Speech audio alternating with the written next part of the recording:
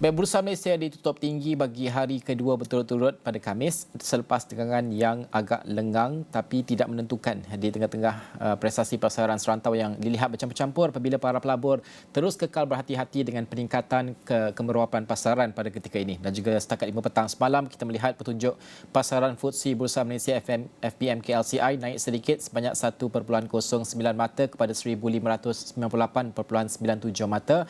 Itu pada semalam dan juga pembukaan pada pagi ini dan juga sepanjang minggu ini. Bagaimanakah pasaran FPM KLCI dan juga Bursa Malaysia khususnya bergerak? Itu yang saya ulas pada jam ini. Saya bersama dengan Ketua Penyelidikan MIDF Research iaitu Imran Yassin Mat Yusof yang bersedia pada ketika ini. Assalamualaikum Imran. Mungkin pertama sekali kita melihat kepada bagaimana prestasi FPM KLCI sepanjang minggu ini memandangkan beberapa faktor mungkin mempengaruhi pergerakan kaunter tertentu. Kalau kita melihat di peringkat antarabangsa dan juga di peringkat serantau, ada faktor-faktor yang mungkin menyusun ataupun membawa pergerakan kaunter-kaunter tertentu. Imran.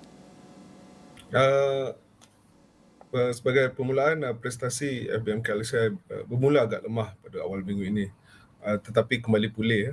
Kalau kita terlihat pada hari Isnin, ia menurun sebanyak 4.1% mata atau 0.26%, tapi ia menjadi lebih baik pada hari Rabu dan Khamis, di mana ia tutup lebih tinggi.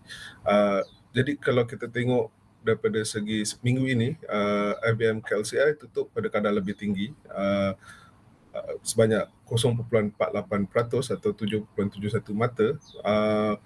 Walaupun pasaran saham tempatan dan juga dunia masih lagi didorong oleh faktor luaran seperti pergolakan antara Ukraine dan Rusia, serta kadar inflasi yang tinggi di Amerika Syarikat dan kenaikan kadar pinjaman mereka, iaitu US Federal Reserve, ini menyebabkan ketidaktentuan di dalam pasaran saham tempatan dan juga global. Tapi kita dapat melihat prestasi yang lebih memberangsangkan di pasaran saham tempatan dan serantau, iaitu di negara ASEAN.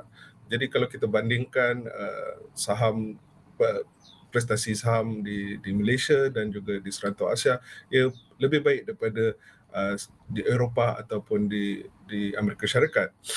Antara faktor yang mendorong prestasi yang lebih baik setakat ini adalah aliran masuk dana daripada pelabur asing. Untuk minggu ini, aliran masuk daripada pelabur asing berjumlah sebanyak 411.3 juta.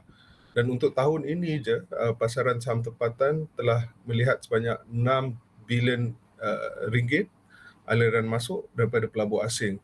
Berbanding dengan pembelian bersih 505 juta daripada pelabur runcit dan penjualan bersih 6.5 bilion daripada pelabur institusi.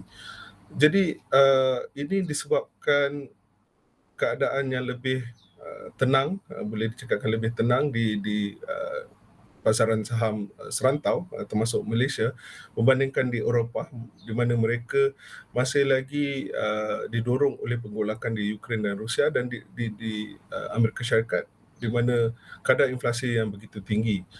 Buat minggu ini sektor kegemaran pelabur asing masih lagi, bukan je minggu ini, kita telah melihat sepanjang tahun ini, adalah perkhidmatan kewangan, produk dan perkhidmatan perindustrian dan juga peladangan. Berdasarkan dengan cerapan tersebut untuk kaunter-kaunter tertentu tersebut, bagaimana jangkaan untuk sepanjang minggu hadapan? Apa yang pelabur harus berikan tumpuan? Kaunter mana ataupun sektor mana? Antara kaunter yang boleh dilihat untuk minggu hadapan, antara kaunter yang kami lihat baru-baru ini kembali diminati oleh pelabur adalah teknologi. Jika kita lihat FBM 100 atau FBM 100 untuk minggu ini, kaunter yang paling untung adalah Greentech, Atta Ames, DNO dan MPI. Ini semua kaunter teknologi.